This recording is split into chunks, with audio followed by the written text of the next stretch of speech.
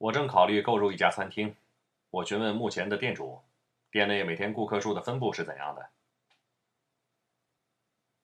他于是把这样一个分布给我：10%顾客来自周一，周二10%，周三15%等等。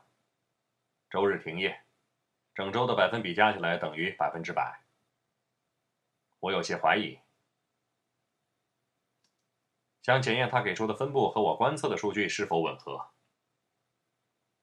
这是我一周内观测到的值。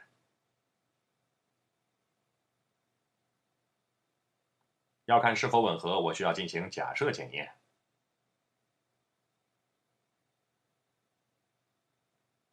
零假设是店主的分布是正确的。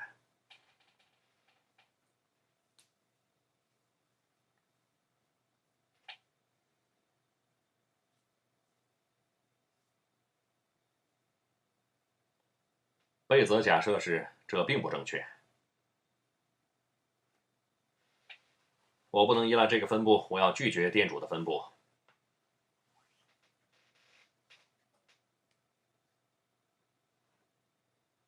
显著性水平是5%。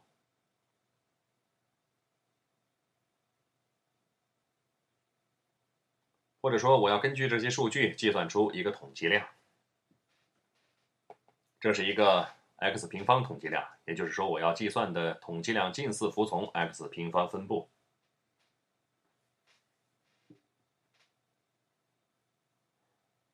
根据特定自由度的 x 平方分布，我将要计算它。我想知道得到这样或更极端结果的概率是否小于5%。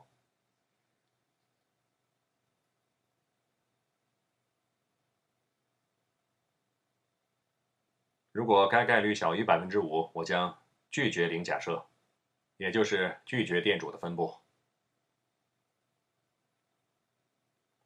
如果 x 平方统计量得到如此极端或更极端的概率大于显著性水平阿尔法，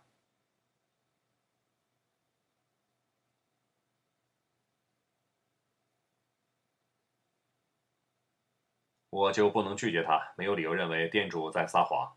下面来计算 x 平方统计量，假设店主的分布是正确的。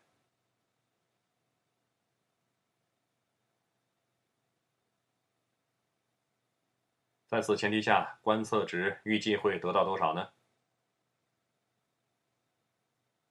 这里有预计百分比，我要求预计观测值。我写一下预计值。周一预计是10%的顾客，周二预计是10%的顾客，周三是15%。要求得实际数字，我们需要先算总顾客数，先把这些数字加起来。用计算器算算，30加14加34加45加57加20。这一周总共是200名顾客光顾。我写一下，我把总和写下来。一周内总共来了200名顾客。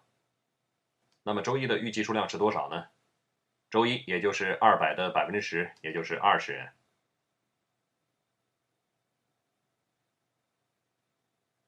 周二还是10%，预计有20人来。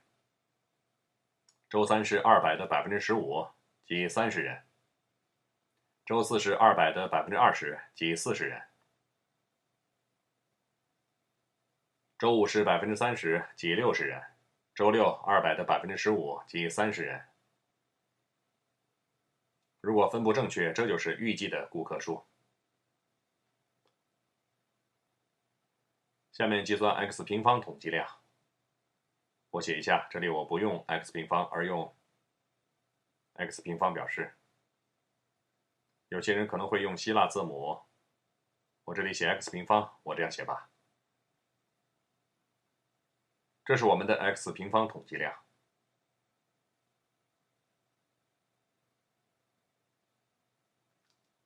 实际统计量用 x 代替，因为这是近似服从 x 平方分布。这里不是准确的 x 平方分布，只是近似，计算起来很容易。将每天的观测值和预计值相减。周一是30减20。第一个我用颜色标注下，然后平方，再除以预计值，也就是将观测值和预计值之差平方。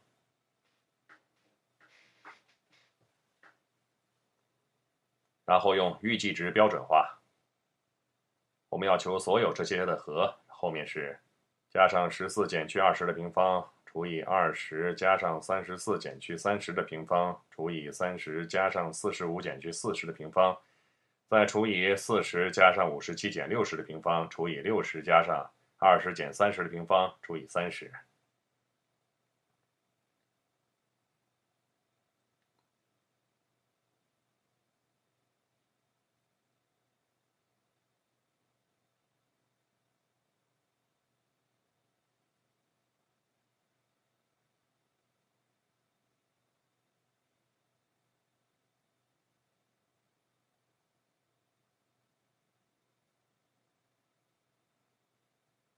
都是观测值减去预计值的平方除以预计值，然后求和，就得到了 x 平方统计量。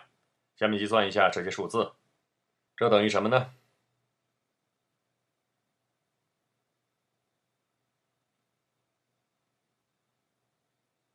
？30减20是10，平方得100，除以20得5。我不见得能全部这么心算，加上我这样写吧，这样更容易理解。这里是100除以20。14减20等于-6，平方得36，于是有正的20分之36。34减30等于4，平方得16，于是有正的30分之16。45减40等于5，平方得25，于是有正的40分之25。57减60等于-3，平方得9，于是有正的30分之9。20减30等于-10，平方得100，于是有正的30分之100。结果我用计算器来算一下。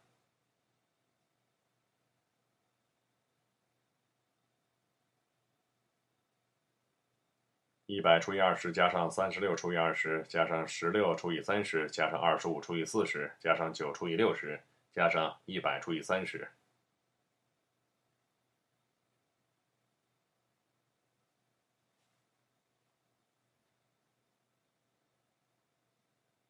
结果是11.44。我写一下，这个等于11.44。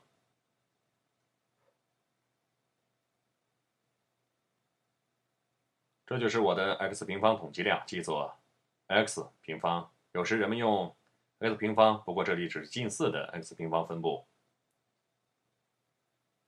总之，我们假设这是大致的 x 平方分布。那么得到至少这么极端情况的概率是多少呢？或者说，这里的结果会不会比临界 x 平方值更极端，得到5%概率的临界 x 平方值？我们先来求临界 x 平方值。如果我们的结果比该临界值更极端，我们将拒绝应假设。下面来求临界 x 平方值。这里是阿尔法5%，另外我们还要先求出自由度。这里总共求了6次和。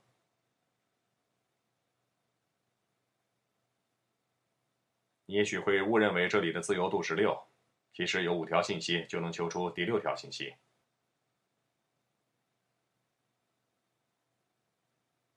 因此自由度只有5。n 个像这样的数据点对比观测值和预计值，自由度只有 n 减1。因为第 n 个数据点能够通过其他数据求出，因此这里自由度是5，也就是 n 减1。显著性水平5%，自由度5。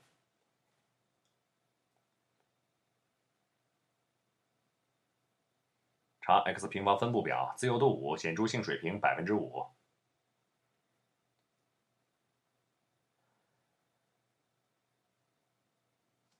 它的临界 x 平方值是11.07，下面用图像来分析一下。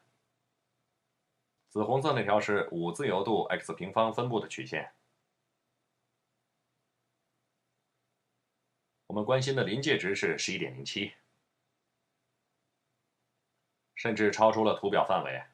我可以把紫红色曲线延长一些。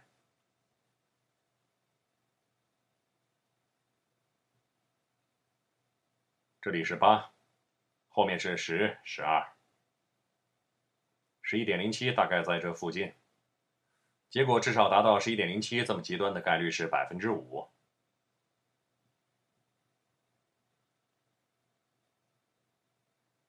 这里的临界 x 平方值是11.07。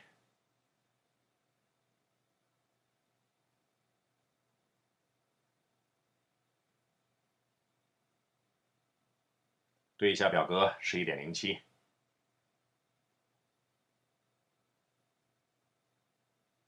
而我们得到的结果甚至比这更极端，可能性更小。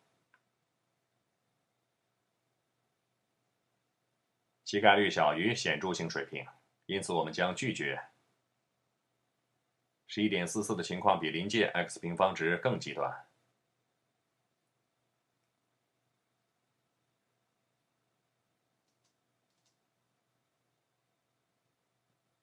因此电阻分布正确的可能性很低。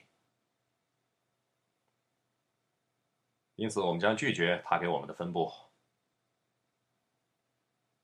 根据显著性水平5%，它和实际物吻合的不好。